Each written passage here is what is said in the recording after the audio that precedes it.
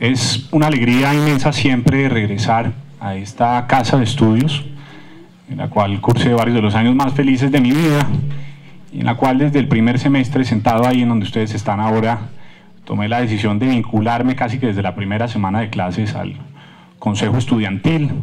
Después publicamos un pasquín incendiario, teniendo en cuenta los estándares de esta universidad, que denominamos el Mazo, que publicamos durante 5 años consecutivos, haciendo una crítica vehemente, pero siempre centrada sobre las políticas educativas de la universidad e intentando hacer un aporte serio para mejorar la calidad de la educación. Habiendo dicho eso, quiero entrar a enmarcar un poco el contexto en el cual quiero hacer mi presentación. El mundo en el que vivimos presencia una serie de cambios absolutamente vertiginosos en materia de ciencia, de tecnología, de investigación, de conocimiento. A uno lo asombra, por ejemplo, los últimos avances de la ciencia en materia de clonación. Hoy en día, a partir de una célula, podemos sacar un ser vivo, reproducirlo. Más recientemente, investigaciones de científicos del Japón lograron descubrir un procedimiento a partir del cual una célula, que no es una célula madre, puede generar una célula madre y de ahí reproducir órganos y seres vivos en toda su complejidad a través de la recomposición de su cadena genética. Hoy en día estamos en un mundo en el cual podemos maravillarnos de la expansión y de la curvatura del universo. Estamos en un proceso en el cual cada vez que nos acercamos más a saber algo, nos damos cuenta de nuestra absoluta ignorancia y nuestra pequeñez en el contexto del universo. Pensemos en la neurociencia. Los últimos avances de la neurociencia, los últimos hallazgos en materia de qualias, en materia de entender cómo funcionan los neurotransmisores, está marcando la pauta de hacia dónde debería ir el derecho penal contemporáneo, por ejemplo. Hoy en día tenemos que reevaluar la idea, la noción de libre albedrío. ¿Somos libres realmente como seres humanos? ¿Tomamos decisiones autónomas o estamos condicionados genéticamente? Ese es un debate que planteaban la escuela positivista del derecho penal en el siglo XIX y que la habíamos enterrado durante siglos. Pero hoy ese debate está nuevamente sobre la mesa, no podemos ser ajenos a ello. Y mientras todo eso está pasando, en este país tenemos un debate sobre la educación que yo creo que está descontextualizado y que está en una especie de prehistoria que nos impide definir e identificar los caminos hacia los cuales tenemos que caminar en ese proceso de rehacer el modelo educativo. Y les quiero decir por qué. No sé cuántos de ustedes tuvieron la oportunidad de leer la exposición de motivos del proyecto de ley para la educación que redactó la Mani. ¿Alguno de ustedes lo ha leído? Bueno, 1, 2, 3. Me encantaría que mis colegas candidatos lo hubieran leído, porque yo creo que hay unas propuestas serias ahí. Pero mire lo siguiente, esa exposición de motivos sigue hablando de los mismos 3 temas de siempre. Primero, autonomía universitaria. Segundo, el déficit del presupuesto en la educación. Y tercero, le imputa al consenso de Washington, a las políticas neoliberales, a la apertura económica, a la Constitución del 91, a César Gaviria, etcétera, todos los males de la educación contemporánea y todos los retrasos que tiene la educación superior en nuestros días. Ellos consideran que hay una explicación monocausal, no solo del problema de la educación, sino de todos los problemas que vivimos como sociedad.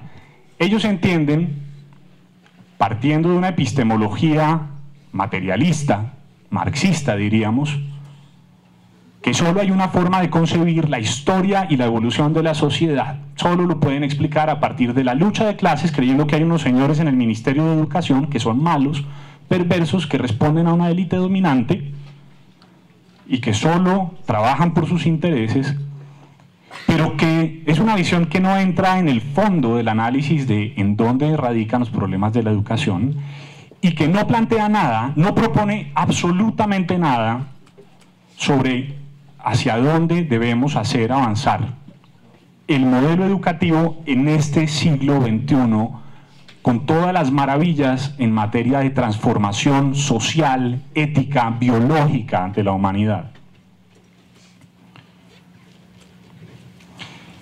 Es así como esta propuesta de la MANE, y realmente les recomiendo que la lean, creo que tiene algunos temas rescatables, parece escrita en el año 1970. Peor aún, estuve revisando la Declaración de Córdoba del año 1918 de Argentina. Hace casi 100 años, los estudiantes de la Universidad de Córdoba y los activistas estudiantiles argentinos estaban reclamando exactamente las mismas cosas: autonomía universitaria, mayor presupuesto y un rechazo vehemente a las políticas imperialistas, etc. Es decir, el contexto en el cual todos nosotros como sociedad dejamos que nos metieran en el debate sobre la educación es un contexto que tiene 100 años de retraso. Seguimos discutiendo el problema de la educación con un siglo de atraso. Un siglo. Eso es absolutamente inaceptable, es vergonzoso como sociedad que sigamos pensando en esa dirección. Nosotros entonces queremos invitar a que entendamos que la sociedad de hoy se mueve en un contexto distinto. Hoy en día vivimos en algo que podríamos llamar la modernidad líquida, para utilizar la expresión de Zygmunt Bauman. Es una sociedad volátil, una sociedad que se mueve rápido. Alguien preguntaba por la malla curricular hace un momento. ¿Cuál es el problema de la malla curricular? El problema de la malla curricular es que siempre está desfasada con relación al ritmo y a la dinámica, al vértigo del presente, de la sociedad de hoy, de la sociedad del riesgo de la que habla Ulrich Beck. No hemos logrado generar un modelo educativo que se pueda poner a tono rápidamente en sintonía con los avances de la ciencia y de la sociedad del conocimiento de hoy. Esas son las preguntas fundamentales que debemos hacernos como sociedad. ¿Cómo transformamos ese modelo educativo? Y esto nos lleva a una afirmación categórica, y es que la crisis de la educación de Colombia, que sí existe, que es estructural, no es un problema solo de la educación de este país, no es solo el problema de lo que han hecho este gobierno o los gobiernos anteriores, sino que es un problema, un síntoma que se repite en cualquier país del planeta. Incluso en los países que mencionaba algunos de los expositores precedentes. Esos países siguen pensando y son conscientes del problema y la crisis honda, profunda de su modelo educativo y de la forma además en que miden la supuesta excelencia de su modelo educativo. Y aquí quiero hacer una mención. Yo creo que a todos nosotros como sociedad nos aterra siempre cuando salen esos listados, esos rankings, ¿cierto?, de universidades en el mundo. Y entonces uno empieza a mirar, y mira, entre las primeras 10 y evidentemente no estamos, y entre las primeras 100 y tampoco estamos, y entre las primeras 200 y tampoco. Y por allá en la 400 y tanto aparece una universidad de Colombia y en la 500 y tanto aparece otra. Las primeras dos que tenemos. Y entonces uno se frustra. Uno dice, realmente estamos haciendo algo muy mal.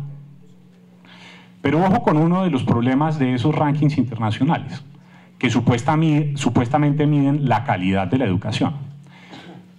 5 de esos rankings, los más importantes, 5 de esos rankings le dan un 60% de peso a la investigación que hacen como universidad.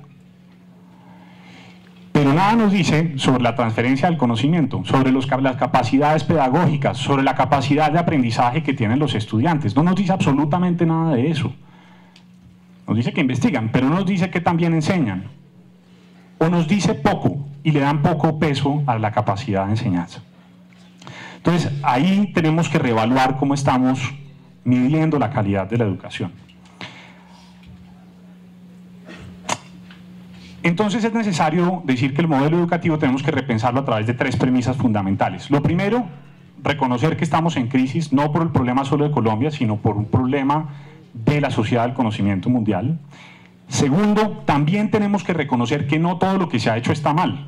Aquí tenemos un ex viceministro de Educación. Estoy seguro que el trabajo que hizo, lo hizo con el mejor empeño, seguramente de unos muy buenos resultados y se han logrado avances. Hay un plan decenal de educación 2006-2016 que va más o menos en un 50% del alcance de las metas, pero de eso nunca se habla porque nunca es recomendable en el escenario de la política hablar de lo que hacen bien los demás, solo se habla de lo malo. Entonces, creo que hay que, y ya finalizando les voy a pedir extenderme 2 minutos más y si quieren me lo quitan de las preguntas. Aceptamos la extensión de los 2 minutos, pero no se lo quitamos de las preguntas. Perfecto, porque gracias. las preguntas son el tiempo del público y de los quienes nos ven y no sería justo con ellos, pero los 2 minutos están por supuesto. Perfecto, muchas gracias. Entonces, aquí tenemos que hacer una serie de preguntas para recontextualizar el debate sobre la educación. La primera y la que nadie ha planteado en este foro es ¿cuál es el tipo de sociedad que queremos construir? ¿Por qué nadie habla de eso? Nadie habla de la meta, del punto de llegada. Solo hablamos de una serie de procedimientos, de estrategias, de programas, pero nadie tiene la más remota idea de cuál es el tipo de sociedad que queremos construir. Nosotros queremos construir una sociedad caracterizada por la virtud cívica, por la moderación. Queremos construir una sociedad en la cual la economía está al servicio del hombre y no al revés, en la cual no todo tiene precio, en la cual la educación es un bien público fundamental y no una herramienta para el negocio como lo hacen las universidades de garaje. Entrando entonces a las propuestas. En materia de docentes, compartimos plenamente todo lo que han dicho nuestros predecesores. La calidad de los docentes es el corazón, es el núcleo fundamental de la calidad de la educación. Pero acá tenemos que hacer un debate con FECODE, con la izquierda tradicional, con la izquierda ortodoxa, en la cual no quieren que los midan, no reconocen la forma en que los miden y siguen reprobando y perdiendo. Solamente aprueban el 10 o 15% de las pruebas que les hacen para la evaluación, en evaluaciones de su capacidad docente. Por eso no avanzan en el escalafón, por eso no mejoran los salarios. Aquí tenemos que hacer un esfuerzo inmenso para fortalecer las capacidades de esos docentes. Siguiente, tenemos que promover la dignificación del profesor, coincidimos en esto, ya lo han dicho, necesitamos mejores salarios, necesitamos reconocimiento público, necesitamos reconocer su posición y su importancia en la sociedad. Pero además necesitamos darle retroalimentación a los profesores, no sé por qué nunca nadie habla de esto. Yo he dictado clases durante 15 años en 6 universidades de este país y jamás una universidad me ha dado una retroalimentación sobre la calidad de mis clases, sobre lo que dicen los estudiantes de mí. No tengo ni idea si mis clases les parecen lo peor o si les parecen buenas o lo mejor. Sin retroalimentación no tenemos ni idea si vamos por buen camino.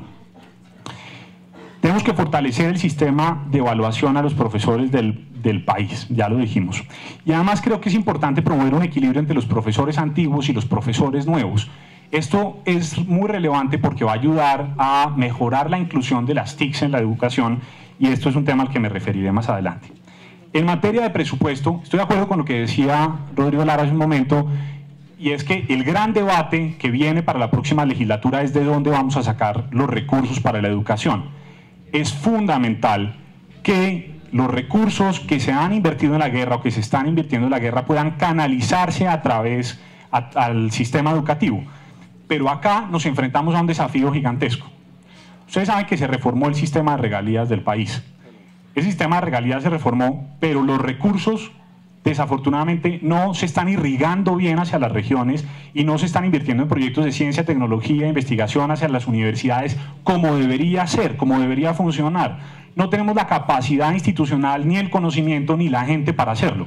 Entonces uno podría decir, sí, perfecto, nos conseguimos los 11 billones de pesos, pero ¿cómo canalizamos eso hacia el sistema educativo?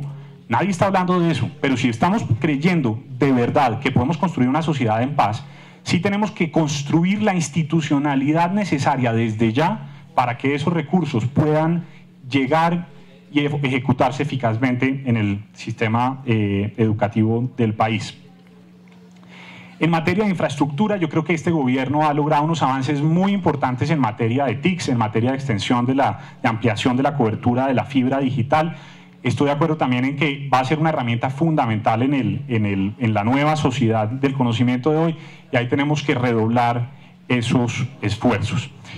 Último punto y cierro, 10 segundos. Creo que no hemos entendido la importancia de formar gestores de la educación. Las universidades a veces siguen teniendo rectores que son abogados o que son médicos o que son cualquier otro tipo de o administradores, pero que no tienen una gestión, una capacitación como gestores de la educación. Ese es un aspecto fundamental que va a mejorar directamente la educación en todos los centros educativos del país. Me quedo con un último mensaje. Este país va por buen camino. Aquí la extrema derecha y la extrema izquierda viven de generarle miedo a la sociedad, o miedo a las FARC, o miedo a la guerrilla, o miedo a los TLCs, o miedo a absolutamente todo. Somos un país muerto del susto. Pero cualquier persona que lea con algún nivel de transparencia la realidad de lo que está ocurriendo va a entender que tenemos menor desempleo, que tenemos mayores exportaciones, que tenemos mayor inversión extranjera, que este país va progresando. Vamos bien. Y esto tenemos que hacerlo y seguirlo construyendo en equipo con ustedes.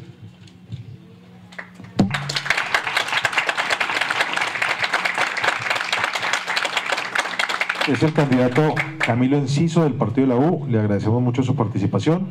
Creo que una de las virtudes que estamos encontrando en el foro es que los candidatos nos ha permitido escuchar distintos enfoques, desde